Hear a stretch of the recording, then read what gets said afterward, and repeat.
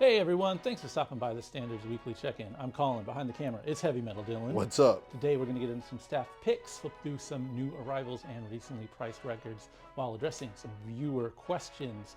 As always, if you see anything you like, you can hit the DMs on Instagram, you can give the shop a ring, or you can just cruise by. We are open 11 to 8, 7 days a week. Dylan, I got a sneak peek at your staff pick. Yes. I like it. Oh, you do? Yeah, tell them about it. Oh, dude, I was listening to this Faroukers and English Dog split. I don't know what more to say other than that it's just a great listen. And it's I was talking to you about it when you walked in because I was listening to it, and I went, "Why is this so great?" And it just rocks. Yeah, it's a very bizarre choice to put those two records Yeah. together. I was like, you know what? Yeah, whoever's lending it out has like a 2-for-1 deal going on, but the price is right. And that Baruchers Massacred Millions, for whatever reason, it was pressed a lot in Brazil. And to find a proper UK pressing of that record is very, well, I don't know about difficult, but it's more expensive than you would think compared to the rest of the Baruchers catalog. That English Dogs record isn't so much rare, but you know, all English Dog stuff is relatively in high demand.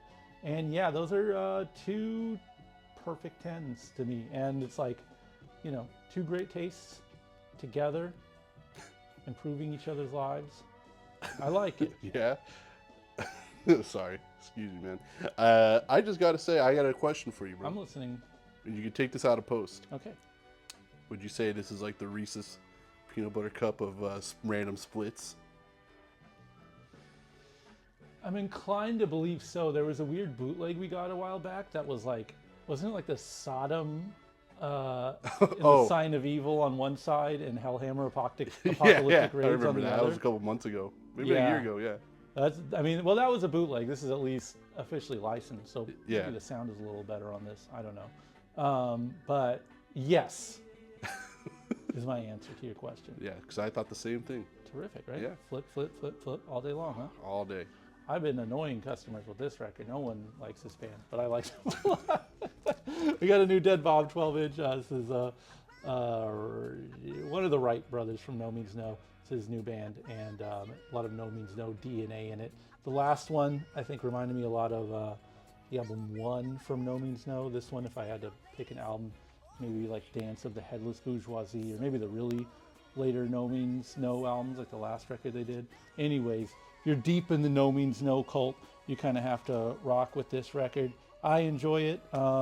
Sadly, the best song on here is probably Punk Rock-a-Rama, if I had to just pick a song to go with.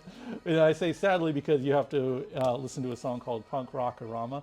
But it's really good. It's like King Crimson Red era, like prog stuff going on with it.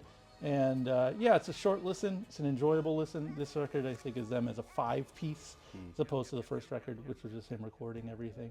I don't know. This is my own, like, what do they call that? Hyperfixation. My own personal cross to bear. So this, I am enjoying it a lot, and I wouldn't be comfortable having it come through and not talk about it, but probably not for everyone, unless, like I said, you're a devout No Means No cultist, as I am. But this record, I will say, if you have even a passing interest in hardcore music, is essential.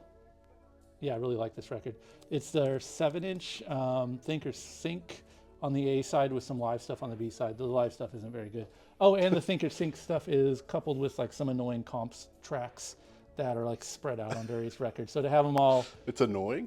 it's annoying to have like 3 different compilations Oh, okay, yeah. for Justice League songs alone. Yeah. And like listen to a comp and play one Justice League 45-second Justice League song, and then so this is a very convenient because it collects all those, which is very important in my opinion, to have those tracks on one side of a record and to have it not on a 7-inch where you got to flip. Really convenient, really nice to have, like I don't know, the upgrade. And this is a very important record by my estimate. It is what I would call the first of the second wave of straight edge hardcore. Came out a couple months before Youth of Today's Can't Close My Eyes, and technically, I guess, we'll say the first vinyl of the second wave, because I would kind of call maybe the Uniform Choice 84 demo a pretty strong kickoff. And you can argue, you know, where the line between like a Stalag 13 into this is in terms of first wave, second wave, positive hardcore, if you know you can really call this stuff that. But either way, I think this is terrific. Kind of bridges the gap between that late 80s style and the you know, more 7 Seconds, Youth Brigade, SoCal, circle pitting, skateboard kind of music. Just one of my favorite records. I love this record a lot. Even historicity aside, pre-Chain of Strength aside, I just think it's a really cool record. And I like their sound a lot. And this was a very pleasant listen to me. I would highly recommend this. Have you enjoyed this record, Dylan? I did enjoy it last week. Did not put it on this week, or today at least. Because I kind of forgot. I was listening to the, listening to the opposite spectrum of where that was at. But you know, it's good. Yeah. Yeah. I would argue that maybe their LP is a little better. The first one, I like that. Shattered Dreams, I think it's called. I like that record a lot. But this early stuff is still really great. And yeah, I can't speak highly enough of it. Big fan. Anyways, enough, I think, of this. Me blathering on and on and on about records I like. What about the records the people want to see, which is what's in the bins? Let's go flip through them, man. All right, man. All right, I was absent last week. I'm present this week, and we have a question to answer. So hit me with this question. All right.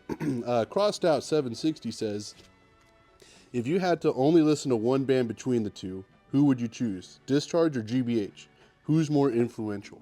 The first part of this question is easy for me. Go ahead. I'm going to assume easy for you too. Not as easy for me. Not to say that there's a huge yeah, it's not. You have to think about it. Yes. But there is a correct answer. You go first. Discharge. Okay. Second part. I assume you're on the same boat. Go ahead. Influence, I think it's the other way. I mean, you go GBH is more influential. Yes. Okay. And you're going to say, oh, the D beat. Listen, yes, there's a genre. Yeah. Yes, there's a bunch of bands. Yes, there's a beat. But like, there's, in the 80s, if you were playing that kind of music, like, I think GBH was kind of across the board influential. Not to say that Discharge wasn't, but like, the bands that were really influenced by Discharge, especially in the 80s, somewhat narrow. Like, you know, I don't think, let's say, Adolescents were influenced by Discharge. But probably a lot of Southern California groups were influenced by GBH. And you might say, well, internationally, you know, of course, like the traditional like Swedish or Finnish hardcore sound is like so heavily rooted in Discharge style. And it's like, yeah, but also GBH. I think even if you go international, like that sound was just so big, and they were so popular. They toured like crazy. I mean, we're putting infinite respect on GBH's name to say take nothing from Discharge, but I just think like the people who listen to Discharge and were like, I want to start a band exactly like this, were few and far between if you really look at the numbers. Whereas like the entire country of Germany's punk scene was kind of influenced by like a more melodic approach, I guess, or more upbeat approach, a la GBH. I think the Discharge sound is a little niche, is what I'm trying to say. Yeah, but Discharge, I'm just playing devil's advocate. Okay, Satan. But Discharge they made a whole genre, bro. Yeah, but if we're talking influence, it's like... Yeah, they influence a whole genre. They were so influential that they had to make a whole genre based around what they sounded like. I don't think that the D-beat genre is not pales in comparison, numbers-wise, to just punk bands that kind of sound a little bit like GBH. Yeah, but, well, you know. Anyways. But. Go on. And that's all we have for today's video. Thanks for watching. If you have any questions or comments, you want to hear us get heated about GBH and Discharge, or, you know, any other UK groups, the Kinks. The Kinks. Gentle Giant. The Beatles. Who do you think was more influential? The Kinks or the Gentle Giant? Probably the Kinks. But Gentle Giant was really good. Yeah. Yeah. Anyways, if you have questions like that, either ors, etc., hit the comment section in YouTube, and we'll address them next week. Thanks for watching, everyone. Peace.